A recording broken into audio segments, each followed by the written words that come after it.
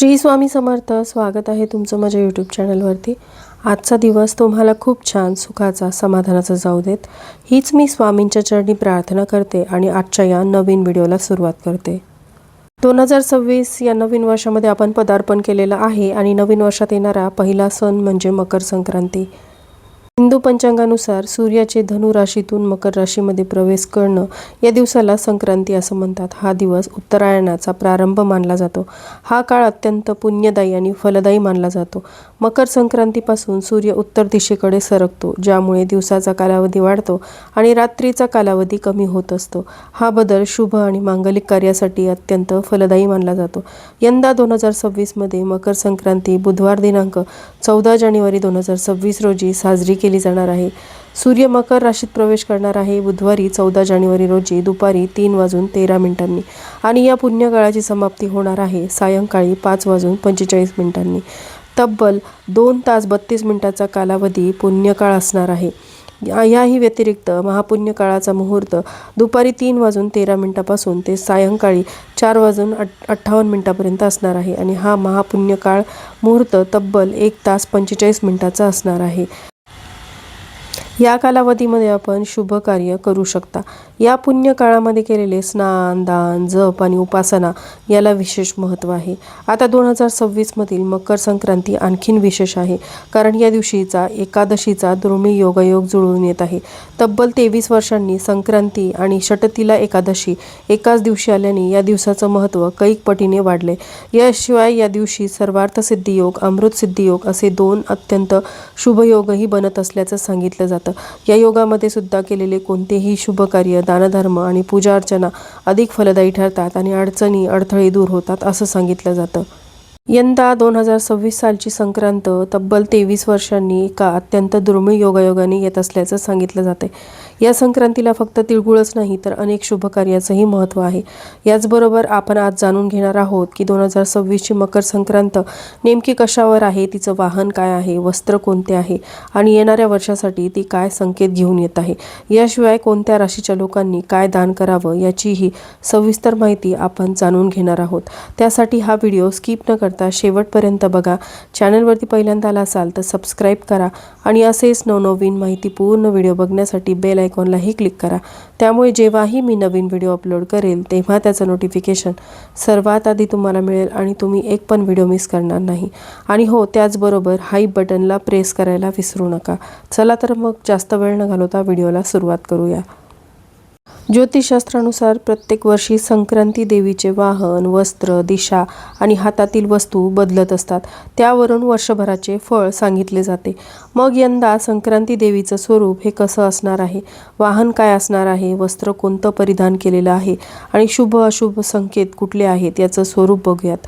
तर संक्रांती देवीचे स्वरूप बघायचे झाले तर तिचं वाहन वाघ आहे, उपवाहन घोडा आहे, पिवळे वस्त्र परिधान केलेले आहे, हातामध्ये गदा धारण केलेली आहे, वयाने कुमारिका असून बसलेल्या अवस्थेमध्ये आहे, हातात जाईचं फूल घेतलेलं आहे, पायस भक्षण करत आहे, त्याचबरोबर पूर्वेकडून पश्चिमेकडे जात आहे, ईशान्य दिशेकडे पाहत आहे, वार बुधवार, अनुराधा नक्षत्र आहे आणि गंधद्रव्य कुमकुम आहे, सोबतच चांदीचं भोजन पात्र आहे।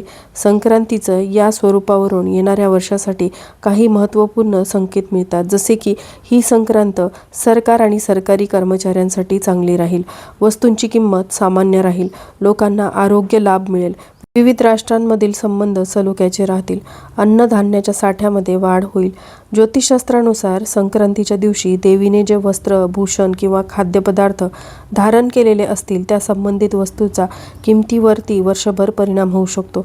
आता यावर्षी देवीने पिवळे वस्त्र परिधान केलेले आहे, त्यामुळे पिवळ्या रंगाच्या वस्तू आणि बांगड्या भूषण म्हणून धारण केल्यामुळे बांगड्यांशी संबंधित वस्तूमध्ये काही चढ उतार येऊ शकतात, किंवा संक्रांती देवीने जे वस्त्र परिधान केलेले आहे ते आपण धारण करू नये अशीही एक मान्यता आहे। त्यामुळे देवीने पिवळे वस्त्र परिधान केलेले आहे, म्हणूनच यंदा महिलांनी पिवळे वस्त्र परिधान करू नये असेही सांगितले जाते। मात्र आपापल्या भागातील प्रथा परंपरेनुसार आपण हे सण साजरे करू शकता. शिवाय देवी पायस भक्षण करत असल्याने दुग्धजन्य पदार्थ किंवा खिरीशी संबंधित वस्तूवर काही प्रमाणात परिणाम होऊ शकतो किंवा मकर संक्रांतीच्या दिवशी दुग्धजन्य पदार्थ टाळावेत असाही याचा अर्थ मानला जातो. आता मकर संक्रांतीच्या दिवशी काय करावं, काय करू नये, कोणती शुभ कार्य करावीत, तर पहा, मकर संक्रांतीचा हा पुण्य संचयाचा दिवस मानला गेला आहे. या दिवशी काही गोष्टी नक्की कराव्यात. गंगा, यमुना आणि इतर पवित्र नद्यांमध्ये स्नान करणं अत्यंत शुभ मानलं जातं. सूर्योदयापूर्वी पवित्र नदीवरती जाऊन स्नान करावं, सूर्यनारायणाला अर्घ्य द्यावं आणि त्याची उपासना करावी, सूर्यपूजा करावी. या दिवशी केलेले जप, तप आणि ध्यान विशेष फलदायी ठरतात. त्यामुळे जप, ध्यान आणि उपासना करावी. सुवासिनी महिलांनी एकमेकींना हळदी कुंकू लावून तिळगुळ वाटून वाहन द्यावे. महिलांनी वसा भरावा, गाईला चारा द्यावा. गाईला चारा देणं आणि तिला गवत खाऊ घालणं पुण्यकारक मानले जाते. आता मकर संक्रांतीला दान धर्म करण्याचेही विशेष महत्त्व आहे. त्यामुळे दान केल्याने पापाचा क्षय होतो अशी मान्यता आहे. शिवाय यामुळे धनवृद्धी होते आणि आरोग्यात लाभही होतो. यथाशक्ती आपण काही वस्तूंचं दान करू शकता, ज्यामध्ये तीळ, तिळाचे पदार्थ, गूळ, तिळपात्र, नवीन भांडी, वस्त्र, गाय दान केली जाते. शक्य नसल्यास गोशाळेमध्ये दान द्यावं. गहू, तांदूळ, डाळी असे धान्य दान करावेत. सोनं दान करू शकता, भूमी दान करू शकता, घोडा दान करू शकता, गरजू आणि ब्राह्मणांना अन्नदान सुद्धा करू शकता. आता प्रत्येक राशीमध्ये विशिष्ट दान केले जाते, ज्यामुळे ग्रहांचे अशुभ प्रभाव कमी होतात आणि सुखसमृद्धीही वाढते असं सांगितलं जातं. मग आपण तज्ज्ञांच्या सल्ल्यानुसार आपल्या राशीनुसार दान करू शकता. जर मकर राशी म्हणजेच मकर संक्रांतीच्या दिवशी तुम्हाला तुमच्या राशीनुसार दान करायचं असेल आणि त्यावर तुम्हाला उपाय हवा असेल तर कमेंटमध्ये नक्की सांगा. आता संक्रांतीचा उत्सव 3 दिवस साजरा केला जातो, ज्यामध्ये भोगी, संक्रांती आणि किंक्रांत असे सण येतात. 13 जानेवारी रोजी भोगी आहे. या दिवशी शरीराला उष्णता देणारे आणि पौष्टिक पदार्थ खाल्ले जातात. भोगीची भाजी आणि बाजरीची भाकरी बनवण्याची परंपरा अनेक भागांमध्ये आहे. त्यानंतर 14 जानेवारी रोजी मकर संक्रांती साजरी केली जाते. हा मुख्य सणाचा दिवस असतो. या दिवशी तिळगुळ वाटला जातो, हळदी कुंकू केले जाते आणि दानधर्मसुद्धा केला जातो. 15 जानेवारी रोजी किंक्रांत आहे. संक्रांतीच्या दुसऱ्या दिवसाला किंक्रांत असं म्हणतात. काही ठिकाणी या दिवशी किंक्रांत देवीची पूजा केली जाते. या दिवशी कोणतेही शुभ कार्य करणं टाळावं असं मानलं जातं. आजही महाराष्ट्रामध्ये घरोघरी मोठ्या उत्साहाने साजरा केला जाणारा हळदी कुंकू सोहळा आणि मकर संक्रांत, ज्यात उखाणे, गाणी आणि वाणाची देवाणघेवाण होते.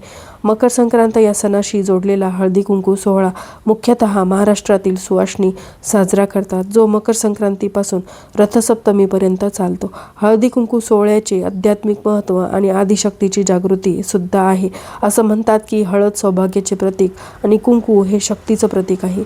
हळदी कुंकू लावणं हे विश्वातील निष्क्रिय आदिशक्तीच्या तरंगांना जागृत करण्यासारखं आहे. त्यामुळे व्यक्तीच्या मनामध्ये सगुण भक्तीची छाप पडते आणि देवाबद्दलची भक्ती आणि भावही वाढतो.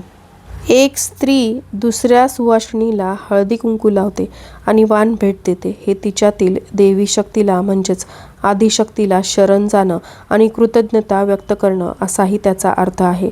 त्यामुळे घरामध्ये सकारात्मक ऊर्जा निर्माण होते आणि सौभाग्य वाढतं. मकर संक्रांतीपासून ते रथसप्तमीपर्यंत हळदी कुंकाचा कार्यक्रम सवाष्ण स्त्रिया करतात.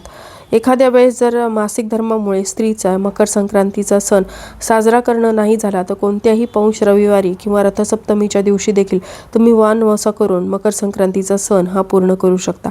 हा सौभाग्याचा सण आहे. वर्षातून एकदाच आपल्याला ही संधी मिळते आणि हळदी कुंकूची देवाणघेवाण करण्यानिमित्त आपण सवाष्ण स्त्रिया एकमेकींना भेटतो. वाणाची देवाणघेवाण करून आपण अखंड सौभाग्य प्राप्तीसाठी आशीर्वाद देखील मिळवत असतो. तर हीच ती माहिती होती 2026च्या मकर संक्रांतीविषयी. संपूर्ण माहिती मी शेअर केलेली आहे. आणखीन काही प्रश्न तुम्हाला पडलेले असतील तर तुम्ही मला कमेंट करून विचारू शकता.